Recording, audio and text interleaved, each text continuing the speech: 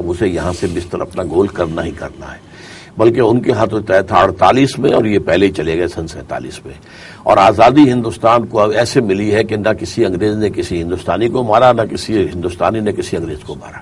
یہ اصل میں ہوا ہے، ان کا اپنا جو تھا یہ فیصلہ تھا اور وہ چلے گئے. لیکن تھرڈ سٹیج وہ ہے کہ جو ہمیں ایران میں آیت اللہ خمینی کی جدوجہد میں نظر آتی ہے. وہ کیا ہے؟ وہ ہے ان آرمڈ ریوولٹ. لوگ سڑکوں پر آ گئے، سسٹم کو بلاک کر دیا، اور اس کے نتیجے میں جو ہے فوجوں نے جو ہے ان کے اوپر فائرنگ بھی کی، ہیلی کاپٹرز سے فائرنگ کی گئی، لوگوں نے جانیں دی. اور میں جب گیا تھا ایران تو مجھے بتایا گیا کہ 20 سے 30 ہزار تک کے درمیان لوگوں نے جانیں دی ہیں، جس پر شاہ کو بھاگنا پڑا. اب یہی فینومینن دنیا میں بہت ریپیٹ ہو رہا ہے. برازیل میں ہوا ہے، اسی طریقے سے آپ کو معلوم ہے کہ جیارجیا میں ہوا ہے، اسی طریقے سے وہ ایک اور اوپر کی ریاست جیارجیا سے اوپر یوکرائن میں ہوا ہے، کرغیزستان میں ہوا ہے. ایک ماس موومنٹ، ایک ریلا آتا ہے، حکومت بہ جاتی ہے. کوئی اس میں مسلح انقلاب، مسلح جو ہے کوئی وہ نہیں ہوتا مقابلہ. تو میرے نزدیک یہ ہے کہ آج کے دور میں ہمیں اس طریقے کو اختیار کرنا زیادہ مناسب ہوگا، اس لیے کہ فرق یہ واقع ہو چکا ہے کہ اس وقت وہاں پر تو کوئی گورنمنٹ تھی ہی نہیں.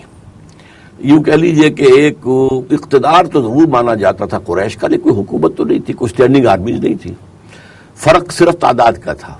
تلواریں نیزے ان کے پاس، تلواریں نیزے ان کے پاس، گھوڑے ان کے پاس، گھوڑے ان کے پاس، اونٹ ان کے پاس، اونٹ ان کے پاس. اگرچہ ڈفرنس جو ہے نمبرز کا وہ بہت بڑا تھا، لیکن نوعیت کا فرق تو نہیں تھا، صرف کمیت کا، کوانٹٹی کا فرق تھا. لیکن آج معاملہ جیسا کہ میں نے کہا بہت مختلف ہو گیا. یہ تو ایک ہے نیگیٹو. ایک پازیٹو جو ڈیولپمنٹ ہوئی ہے وہ یہ ہے کہ آج جو ہے ریاست اور حکومت کے درمیان فرق ہے. شہری ریاست کے وفادار ہوتے ہیں، حکومت کے نہیں. حکومت کو تبدیل کرنے کے لیے جدوجہد کرنا شہریوں کا حق ہے.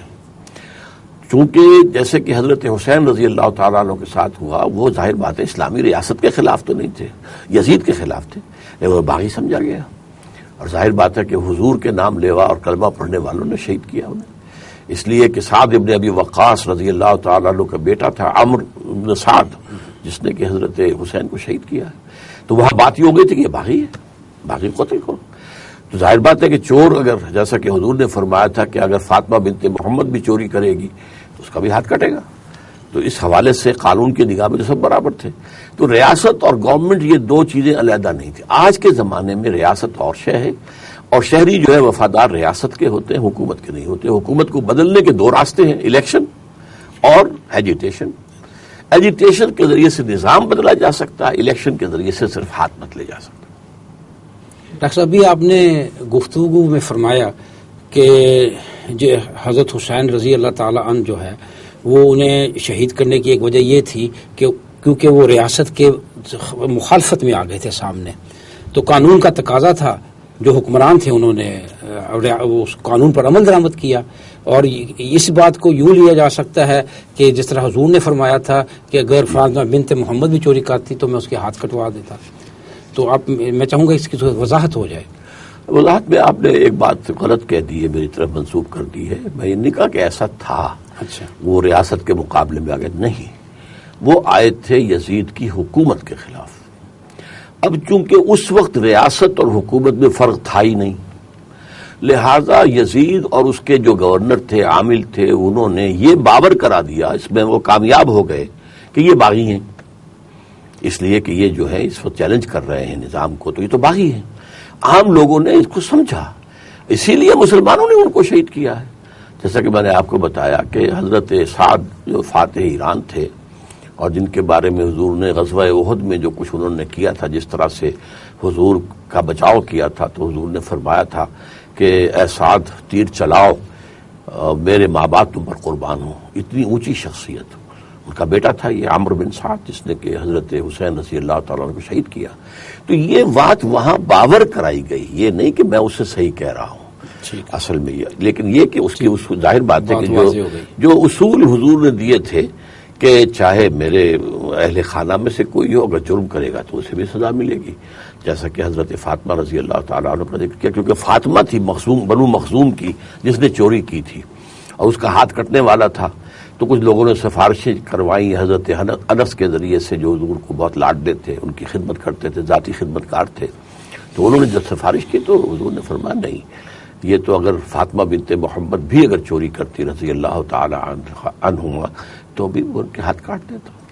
ڈاکٹر صاحب ابھی اس ضمنی سوال سے پہلے منہج انقلاب نبوی کی بات چل رہی تھی، تو اس میں آپ نے چھٹے مرحلے میں فرمایا کہ ایران کی مثال دیتے ہوئے کہ جہاں جیسے وہاں یک طرفہ تشدد ہوا اور ان آرمڈ لوگ جو ہے وہ سامنے آ گئے.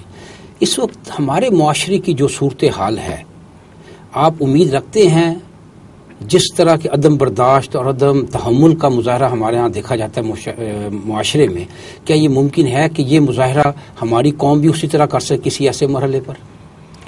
ہاں، اس کے لیے ایک شرط ہوگی، اور وہ یہ کہ ایک ایسی مضبوط جماعت بن چکی ہو جو مظاہرے کو کنٹرول کر سکے.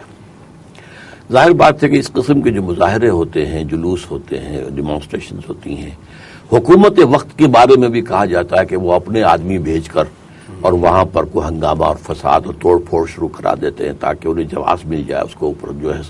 لیکن یہ کہ اگر کوئی جماعت اتنی مضبوط قائم ہو چکی ہو اور اس کے بعد یہ مرحلہ آئے تو وہ جماعت رسپانسبلٹی لے گی کہ we should be held responsible اگر ہمارے اس ڈیمانسٹریشن میں کوئی غلط کام ہوتا ہے. اس کے لیے بھی میں آپ کے سامنے، میں اگرچہ نسبت خاک راب عالم پاک ہم جو بات کر رہے ہیں اسلام کی اور حضور صلی اللہ علیہ وسلم کی، اس کے ذکر میں گاندھی کا ذکر آنا جو ہے وہ کوئی مناسبت نہیں رکھتا، لیکن یہ کہ بہرحال جیسا کہ حضور نے فرمایا الحکمت ضالۃ المومن، کوئی اچھی بات اگر ہے تو حکمت کی، دانائی کی، تو وہ تو مومن کی گمشدہ متاع کے مانند ہے، جہاں سے ملے گی اس کو لے لے گا، ہو حق و بہا ہے سو وجدہ. تو اسی طریقے سے جب ان کی تحریک نمبر 2 سٹیج پر چل رہی تھی، نان وائلنٹ سول ڈس اوبیڈینس، اس وقت ایک جلوس جو ہے چورا چوری ایک جگہ ہے بہار میں، وہاں وائلنٹ ہو گیا، پولیس نے تشدد کیا اور اس جو جلوس تھا اس کے لوگوں نے جا کے تھانے کا گھیراؤ کر کے آگ لگا دی اور بہت سے پولیس والے اس کے اندر مر گئے، جل گئے. گاندھی نے فوراً موومنٹ کال آف کر دی. If you can't be peaceful, I'm not going to lead you. اور یہ جو اس نے یعنی نان وائلنٹ کی بات کی ہے، اس کے بارے میں اس کا اپنا قول جو مجھ تک پہنچا ہے صرف 2 واسطوں سے.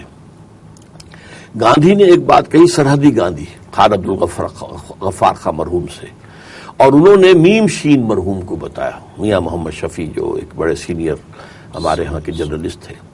تو گاندھی نے کہا تھا کہ میں نے عدم تشدد حضرت مسیح اور حضرت محمد سے سیکھا ہے. حضرت مسیح کے تو بات ریکارڈ پر بات ہے کہ کوئی دانے گال پہ تھپڑ مارے تو بایاں بھی پیش کر دو. تو حضور کے بھی مکے میں جو 12 برس ہیں وہ اسی اصول پر تھے، نو ریٹیلیشن. ڈاکٹر صاحب، اقامت دین کی جدوجہد، دین کے قائم کرنے کی کوشش کرنا، آپ متعدد بار یہ بات کہہ چکے ہیں کہ ایک مسلمان پر یہ اسی طرح فرض ہے جس طرح 5 وقتہ نماز. تو کیا اگر کوئی مسلمان یہ جدوجہد یعنی اسلام قائم کرنے کی، اقامت دین کی جدوجہد نہیں کرتا تو وہ اس کا آخرت میں اسی طرح سزاوار ہوگا جس طرح کہ ایک نماز کو ترک کرنے والا ہے؟ ہاں، اصل میں تھوڑی سی ترمیم اس میں کر لیجئے کہ میں جو کہتا ہوں کہ یہ اہل ایمان پر فرض ہے. اسلام ایک اور لیول کی بات کرتا ہے، ایمان ایک دوسرے لیول کی بات ہے. قالت الاعراب آمنا قل لم تؤمنوا ولكن قولوا اسلمنا ولما يدخل الايمان في قلوبكم. اے نبی، یہ بدو جو ہیں یہ دعویٰ کر رہے ہیں کہ ہم ایمان لے آئے، آپ ان سے کہہ دیجئے تم ہرگز ایمان نہیں لائے ہو، بلکہ یوں کہو کہ ہم مسلمان ہو گئے، اسلام لے آئے، اور ابھی تک ایمان تمہارے دلوں میں داخل نہیں ہوا. تو جب ایمان دل میں داخل ہو جائے گا اس کا لازمی نتیجہ جہاد فی سبیل اللہ ہے، اقامت دین کی جدوجہد ہے. اور جو شخص نہیں کرتا وہ گناہ گار ہے. اب اگر کوئی نماز نہیں پڑھتا تو وہ گناہ گار ہوگا، اللہ کے یہاں سزا پائے گا. اسی طریقے سے اگر کوئی یہ نہیں کرتا ہے، اس میں تھوڑا سا فرق یہ ہو جائے گا کہ چونکہ ہمارے عام معاشرے میں جہاں تک نماز، روزہ، حج اور زکوٰۃ ہے اس کے بارے میں تو یہ بات معروف ہے، مشہور ہے، سب جانتے ہیں کہ یہ فرائض ہیں. اور چاہے کوئی شخص نماز نہ پڑھتا ہو یہ جانتا ہے کہ نماز فرض ہے، روزہ رکھے نہ رکھے یہ جانتا ہے کہ